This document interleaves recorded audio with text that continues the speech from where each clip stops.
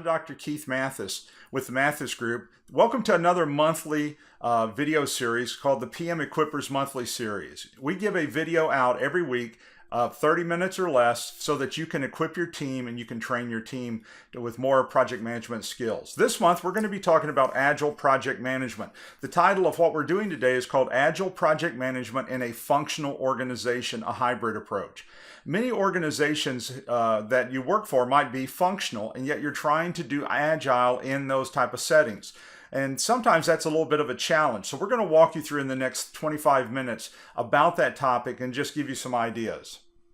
First off, if you're not familiar with Agile Project Management, it created back in 2001, and the Agile Manifesto was created where it looked at project management through different eyes. And so one of those was individuals and interactions over processes and tools, working software over comprehensive documents, customer collaboration over contract negotiation, and responding to change over following a plan. Now, as you look at the Agile Manifesto, it's really emphasizing execution of a project, not following all the processes, not making sure that it's a command and control kind of relationship like you have in PMBOK or in a traditional project management environment. Now, why are we talking about a hybrid approach? Here's one of the reasons. Neither traditional nor agile methodologies work in 100% of the projects. There's a lot of people out there that say it does. It really does not. Certain conditions, and we'll give you some criteria a little bit later, work better for certain types of projects. Organizations have rejected one model and they're putting all their hopes only in one method. So if you're saying, well, we're an agile shop, you're putting all your hopes in being agile. If you're in the traditional shop, you're saying, I don't want anything except traditional. Both of those mindsets can actually hurt you. It's the best approach is to choose the right methodology for the culture of the organization and the proposed project type. And we're going to give you a little bit more information on that. Okay, when we talk about a hybrid environment, this is what we're looking at. Goals of a hybrid environment, selecting a project, selecting processes to be adjusted, and then you're looking at two sides, gaining support from upper management and from the customer, and then you're looking at the authority level for the team and the project manager, and from that you're going to have communication planning and how much documentation is needed, and then you're adjusting the flow of work. Now, in a hybrid type situation, many of you cannot do it 100% agile, which means that it needs more documentation, more structure, more reporting.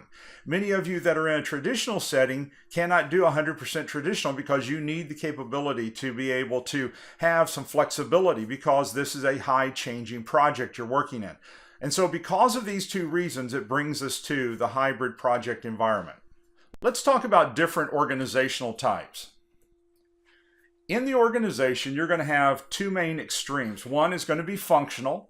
The other is going to be projectized. In the functional organization, you have no power as a project manager. The functional manager has the power. The functional manager oversees the budget, controls the resources. In projectized, the project manager has almost total power. They control the resources, the budget, and they're calling most of the shots for the project. Two different extreme type of organizations, and it will make a difference on how you're going to use the processes in order to run your project. On the functional side, you're going to see something also called a matrix, a weak matrix. Notice that it's closest to functional, so it's going to have those same characteristics. No authority, no power. Functional manager is pretty much controlling all the shots. In the middle, you're going to have what's called a balanced matrix. Full-time project manager, part-time people. So you're full-time, but what you find out is you don't have any resources. So you're begging for resources and talking and working with a functional manager to get those people to work on the project when and if you can.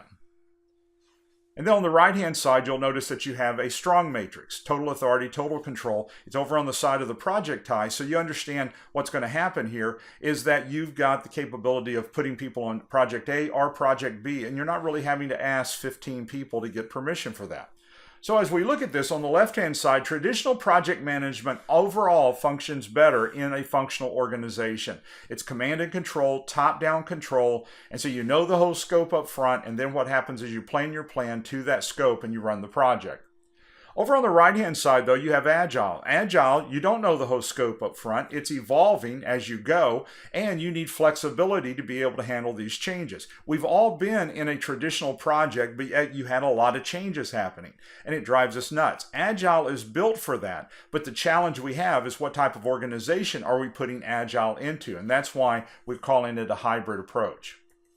So traditional command and control. So what do we have here? You have all of these things going into here together as with the project manager. And so what you're looking at here is decisions, permissions, the amount of work to accomplish goes down to the project manager, and the work is assigned for completion by the project manager. Traditional command and control.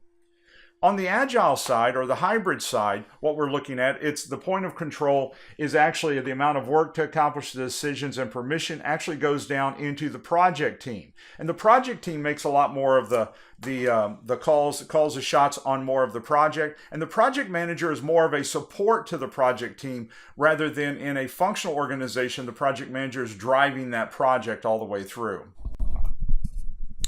Comparing the functional to projectized. The functional organization has top-down communication, management controls, money, resources, schedule, decisions are made by management. The team works on multiple projects. As you look at projectized, it's open communication, the PM and the team controls the money, the resources, and the schedule. The team is dedicated to the project. The team is co-located as well. Let's look at some of the Agile methodology basics. First off, and the biggest, it's an iterative or incremental development. You're going to give the Agile to the organization or to the customer in pieces. So it plans requirements, design code, tests are evolved incrementally through multiple passes or iterations. Iterations are fixed length, usually from 1 week to 7 weeks each. Iterations have a fixed scope to retain stability and no change orders after the iteration begins. So you've got let's say a 7-week iteration here. We know that we're supposed to deliver these 15 different features. So we can't add on, we can't extend an iteration. If it's supposed to be 7 weeks long, it's going to stop at the end of 7 weeks. These features is what we're going to be giving to the customer. So even if we only get 12 of the 15 features ready, we stop at the end of 7 weeks. But here's the thing, there's no change orders involved. So nothing can change within that 7 weeks. So shorter iterations are normally what you're wanting. Co-location, all team members are co-located in an open workspace to facilitate face-to-face communication and interaction.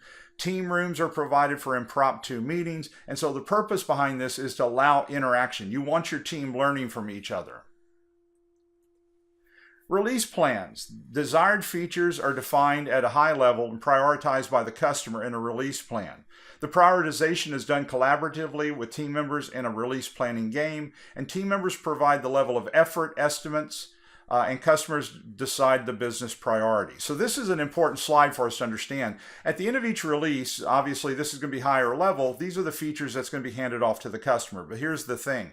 The customer is you've got a customer representative embedded in your team. So you're not trying to track them down all the time for information. Here's the other thing, is that the customer ranks, or it's called regrooming, but the customer ranks the features. The team does not. However, the team controls the estimates. So the customer can't say, I need these 20 features in 2 weeks. That's not the role. They can say, I need these 20 features, but the team would then calculate the duration.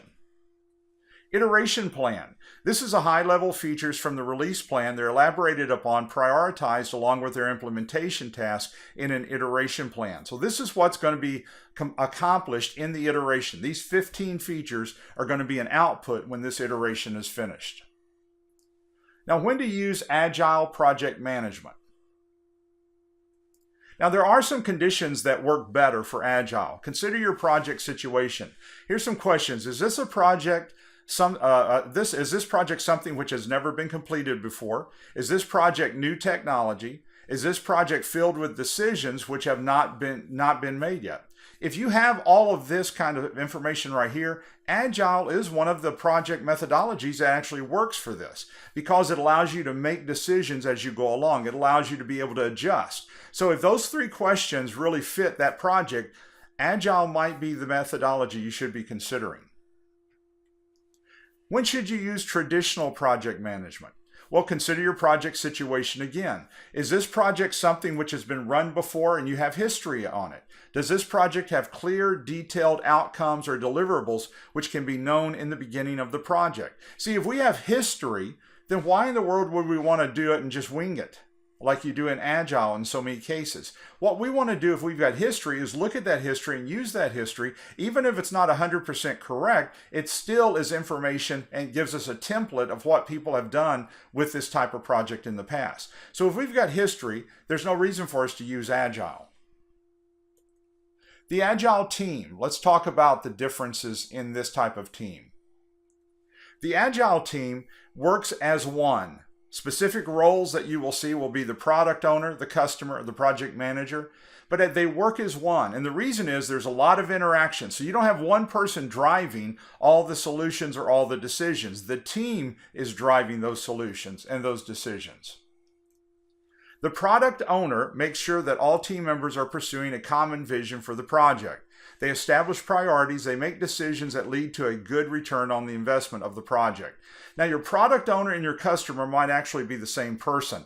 Even though we're separating the roles here because it's a little bit different, the product owner is making sure that the main thing stays the main thing in Agile.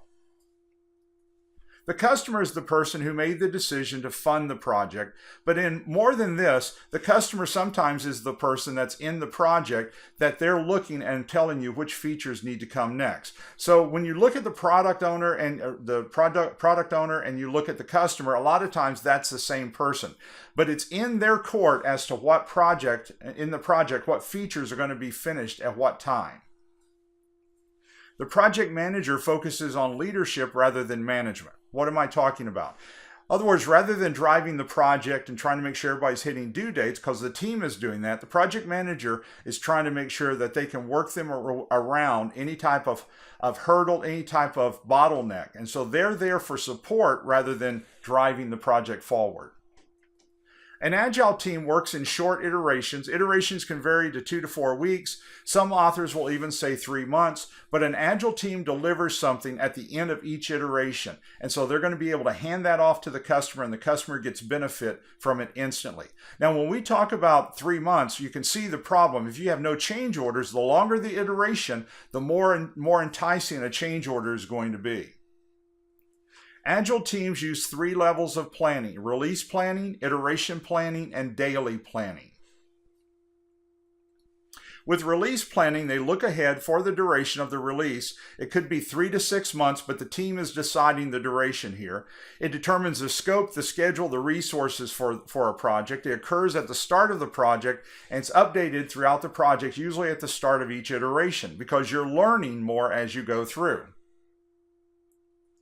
The iteration plan looks ahead for only the duration of one iteration, usually somewhere between 2 to 4 weeks. It could be 7 weeks if the team needs it that long, but it's conducted at the start of each iteration. It's based on the work accomplished in the just finished iteration. The project owner identifies high priority work the team should address in the new iteration. So they have an element of planning, then they run their iteration, and at the end of their iteration, they do what's called a retrospective, and that's like a lessons learned. And then they learn from that iteration to influence the next iteration. The daily plan is a daily meeting to coordinate work and synthesize daily efforts. They focus on planning of tasks and coordinating individual activities that lead up to the completion of a task. Now, in the daily plan, this is roughly a 15-minute meeting every morning where people will talk about what they're doing, and we'll talk about what they've worked on, what they finished yesterday. This plan, this 15-minute meeting, you have to watch it because this thing, people will start complaining about something and it'll suck down an hour. You don't have time for that. 15-minute meeting, boom, boom, boom. You go right around and people tell what they finished yesterday, what they're working on today. If there's something that needs more interaction, then you pull them off and they're able then to meet with you afterwards. The cone of uncertainty is what is talked about a lot in Agile. Maybe you've heard of that. What it means is that in the very beginning of the project, estimates are very unreliable. And the reason is that that's when we know the least about the project. If you look in traditional project management, that's exactly where we set up our plan, our estimates, our budgets, everything is when we know the least. However, over time, as we work that project, the estimates become more reliable because we know more. And so premature estimates at this time early on, and so those estimates are off a little bit. And the reason is because we know the least about the project at that time. However, as we go further in the project, the estimates can become very reliable. We understand our team. We understand how long it's taking us to do these things. Also, a lot of inputs go into the product backlog. When you see the word backlog, all that means is a master list. Product backlog is basically the features, the master list of features. So a lot of things go into a product backlog. You have stakeholders, you have the team input, you have customer, and then all of that goes in, but your product owner is the one who's making the determination on which features are going to be worked on at which time. And so the team can give input, but they're not the ones calling the shot. In that product backlog, the product owner is the one in charge of this. And they will rank the backlog and into a ranking order of features. And it's called grooming. So when they re-rank it, it's called re-grooming. And so what they're doing, they're constantly reprioritizing that backlog or that master list of features at the end of each iteration or two to make sure they're working on the most important features at all time. They should be working from the highest priority feature to the lowest priority feature. And then information radiators. This is a way of communicating without having to look at software. Information is very important to all team members and stakeholders. The information radiators is a public place where project information will be displayed. Characteristics of a radiator is that it needs to be large enough to be seen easily. Information is updated quickly and it shows progress within the project. If you're using this, that's the reason why you'll see something like a Kanban board or Kanban board on the side of a wall someplace. People can walk through and see where each of these projects are individually and also where each iteration will be. So what happens is that we don't have to open up a piece of software. We can see it on the wall because we keep that updated.